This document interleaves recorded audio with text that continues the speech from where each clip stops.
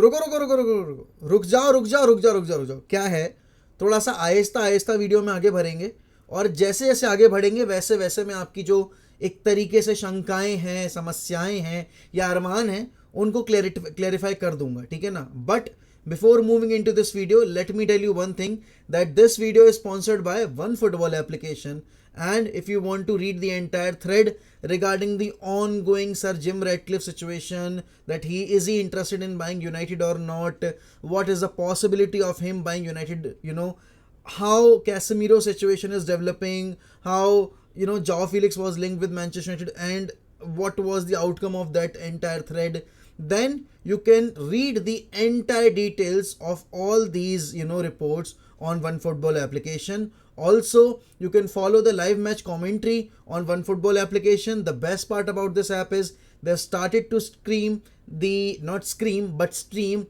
games as well on their application, and they provide you with the stats, with the transfer updates, everything just by a click. So the link is given in description. The application is free of cost. Use the link given in description and download the app now.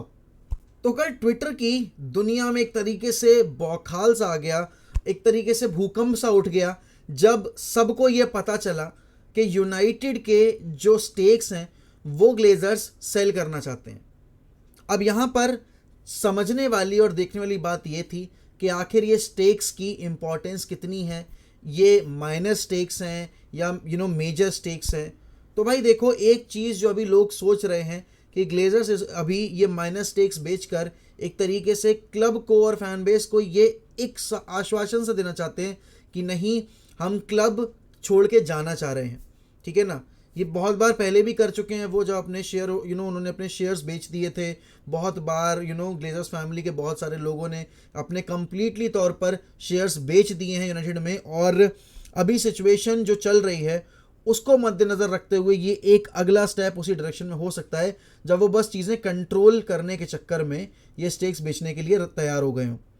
लेकिन यहाँ पर एक scenario किसी ने consider ही नहीं किया था कि ग्लेजर्स जो अभी तक यूनाइटेड को एक गाय की तरह यूज़ कर रहे थे, जिसका बेसिकली उन्होंने अच्छे तरीके से इस्तेमाल किया, पूरा उसका जो एक मिल्किंग होती है ना वो की, और अब जब वो एक कैश काउ नहीं बची है तब उससे वो पल्ला झाड़कर आगे बढ़ना चाहते हैं। इसका रीज़न मैं आपको देता हूँ क्यों, कैसे मैं ये चीज़ बोल रहा हूँ।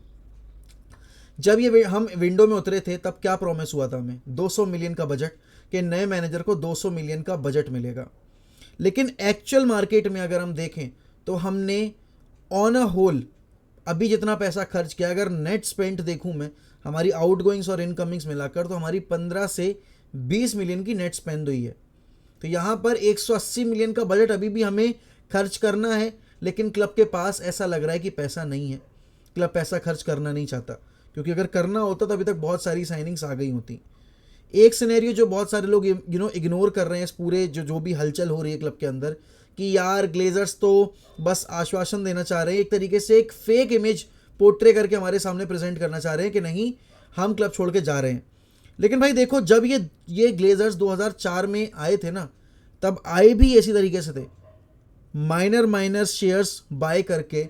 ये फिर कब पूरी अटेन कर गए ओनरशिप, इसका किस्सा आप सबको पता है। द रॉक ऑफ जिब्राल्टर की कहानी जिसको नहीं पता है, कल स्ट्रीम में मैंने बताई है, और बाकायदा एक वीडियो भी है जो आपकी स्क्रीन पर अभी दिख रही है। वो अगर आप देखोगे तो आपको पता चलेगा कि कैसे ग्लेजर्स को पूरी ओनरशिप मिली थी। तो भाई जितना भी ये अपोलो जो एक कंपनी है, ठीक है ना, उसके ये माइनर शेयर्स बेचना चाह रहे हैं, लेकिन इनको ये नहीं पता था कि इस न्यूज़ को बाकी जो लोग हैं वो किस तरीके से देखेंगे। इंग्लिश मीडिया ने इसको पोर्ट्रे करने की कोशिश की कि माइनर शेयर्स बेचा जा रहे हैं, इसका कोई इफेक्ट नहीं पड़ेगा, ओनरशिप हमें अभी भी ग्लेजर्स के हाथ में ही रहेगी, जो कि सच है, ठीक है ना। माइनर शेयर बेचने से, माइनर स्टेक्स बेचने से कोई चेंज नहीं होने वाला। लेकिन यहाँ पर सर जिम रेटक्लिफ के जो स्पोक्स पर्सन है, उन्होंने ये चीज़ बोल दी, और सर जिम रेटक्लिफ ने भी ये चीज़ बोल दी है कि he is interested in buying 100% shares of Manchester United. He is not here to bring a consortium, और उसके बाद वो करेंगे, क्योंकि भाई अब आप लोग सोच रहे हो कि आखिर जिम रेटक्लिफ हैं कौन। तो जिम रेटक्लिफ यूके के सबसे रिचेस्ट आदमी हैं, उनकी केमिकल पूरी एक फैक्ट्री है, ठीक है ना, उनकी केमिकल एक इंडस्ट्री है, और वो बेसिकली जितनी नेट स्पेंड रखते हैं, जिनकी उनकी नेट वर्थ है, वो आराम से बिना किसी कंसोर्टियम के यूनाइटेड को परचेस कर सकते हैं।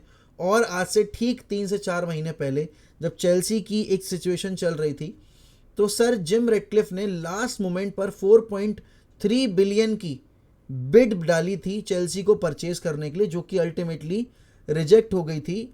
और उस टाइम पर जब सर जिम रेडक्लिफ का इंटरव्यू लिया गया था कि you are a Mancunian, you are born and bought up in Manchester, तो आप यूनाइटेड को क्यों नहीं परचेज करना चाह रहे, आप यूनाइटेड में क्यों पैसे इन्वेस्ट नहीं करना चाह रहे?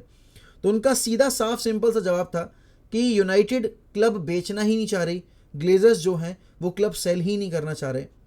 लेकिन उस दिन से और आज की तारीख में बहुत सारी चीज़ें चेंज हो चुकी हैं। क्यों? क्योंकि यूनाइटेड दिन पे दिन अपना जो एक तरीके से स्टेटस है फाइनेंशियली, वो लॉस कर रही है, क्योंकि वो उन्होंने सिग्निफिकेंटली कोई प्रोग्रेस दिखाई नहीं है फुटबॉल पिच पर। और एक फुटबॉल क्लब की वैल्यू तब बढ़ती है जब वो फुटबॉल पिच पर अच्छा कर रहा हो। अब यहाँ पर इतने साल जब यूनाइटेड ने कुछ जीता नहीं, उसके बावजूद ग्लेजर्स ने बेनिफिट निकाला। ये भाई साहब, ये जो लोग जब आए थे तब हमारे क्लब का डेट था 600 मिलियन का, इन्होंने लोन लेकर क्लब परचेज मतलब प्लस क्लब की पूरी ओनरशिप ली, और वो डेट आज तक चुकाया नहीं गया है। जितना भी पैसा यूनाइटेड ने खर्च किया है मार्केट में जाकर, वो अपने रेवेन्यू स्ट्रीम से खर्च किया है, ना कि ग्लेजर्स ने आकर क्लब में कोई पैसा इंजेक्ट किया है। यहाँ पर सर जिम रेडक्लिफ जब आने की बात चल रही है, ठीक है ना, तो ये जो ट्रांजिशन है ये आपको 1 महीने 2 महीने 3 महीने में होता नहीं दिखेगा। It's a long process. इसमें आपको कम से कम 12 से 15 महीने लग जाएंगे। जब अगर पूरी ओनरशिप सर जिम रेडक्लिफ लेते हैं तो इसमें इतना वक्त लगेगा। लेकिन एक चीज़ जो है कि जो स्टेक्स को सेल करने की बात चल रही है, इसका जो एक ये एक तरीके से अटेन कर सकते हैं ओनरशिप इन स्टेक्स की, तो उसमें भी कम से कम 1 महीना लग जाएगा। क्यों?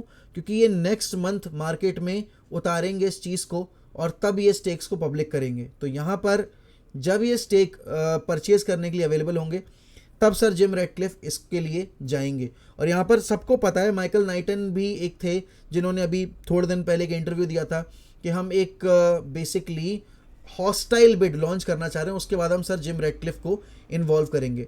सर जिम रेडक्लिफ को किसी कंसोर्टियम की ज़रूरत है नहीं। सर जिम रेडक्लिफ अपने दम पर क्लब परचेज करने की हैसियत रखते हैं।